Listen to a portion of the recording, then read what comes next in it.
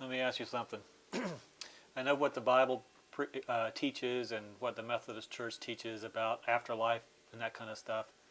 Um, I would say probably in the next 20 or 30 years, you're going to be there. Yeah. What Either there or in a museum. What do you do you think about what's going to happen? What's your image of what's going to be there and who's going to be there? I think I have an image of who's going to be there more than I do what's going to be there. Although the Bible teaches us something about what's going to be there. Land flowing with milk and honey was a symbol, but there are, and I realize too that even if I live another 20 years, which will be amazing, that's not long. And what is it about it? I would think my mother and my daddy are going to be there.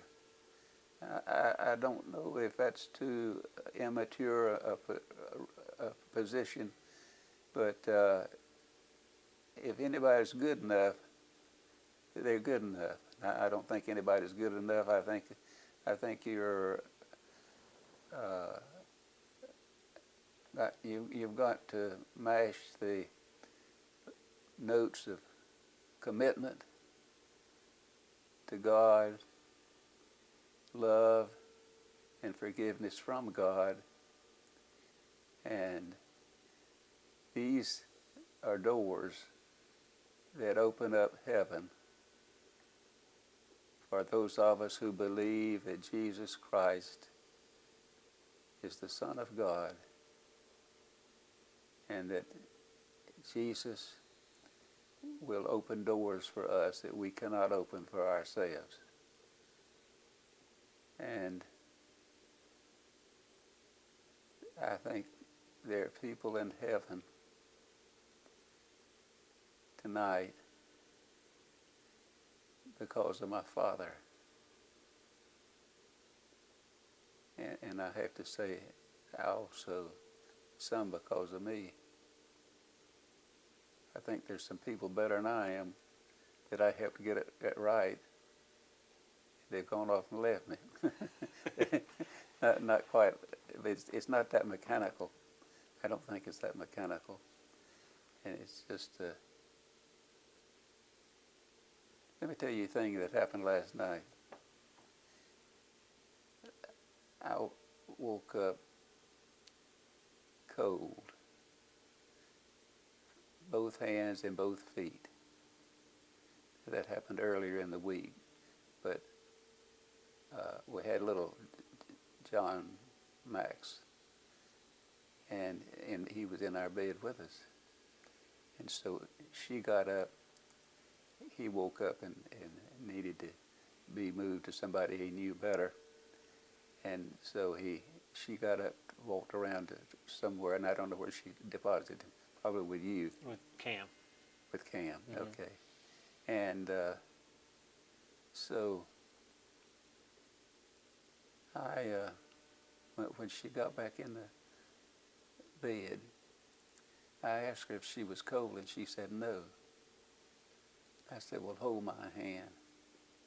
And so I was on my back, and she held my right hand, left hand. And her hand was just as warm. And it wasn't long before my hand was warm. There's something symbolic about that. There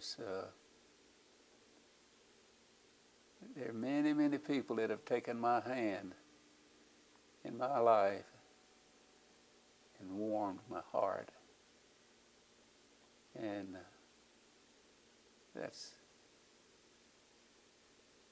that says something about the hereafter.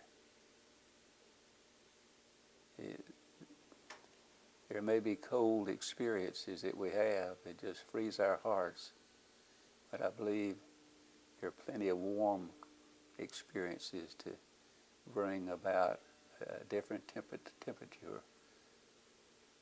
I believe that. I believe some of that has come from me, God working through me, and people have felt it, not only in the pulpit, but some in the pulpit. And that the Methodist Church has some places where a dedicated person can pretty quickly step into a harness and pull a load.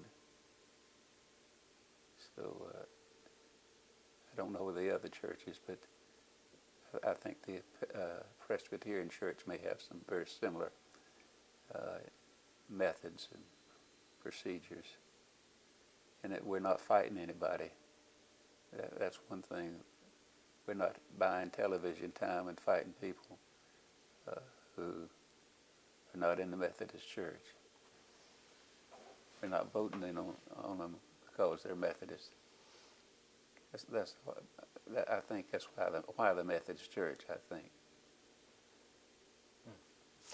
Okay, let's go back to the heaven afterlife thing. You were talking about grandmama and granddaddy being there. I mean, the Bible says everybody's going to be there, basically. Is it going to be that literal, you think? Well, I'd like to think that everybody could be there, but I don't really feel like that's the way it'll be. It's so beyond me. I can feel that there's a power, which is, I believe, the power of God and God's presence. I believe the power is there to create a loving society where there's no sickness, no death, where everything is directed by God in a way that is not in this life.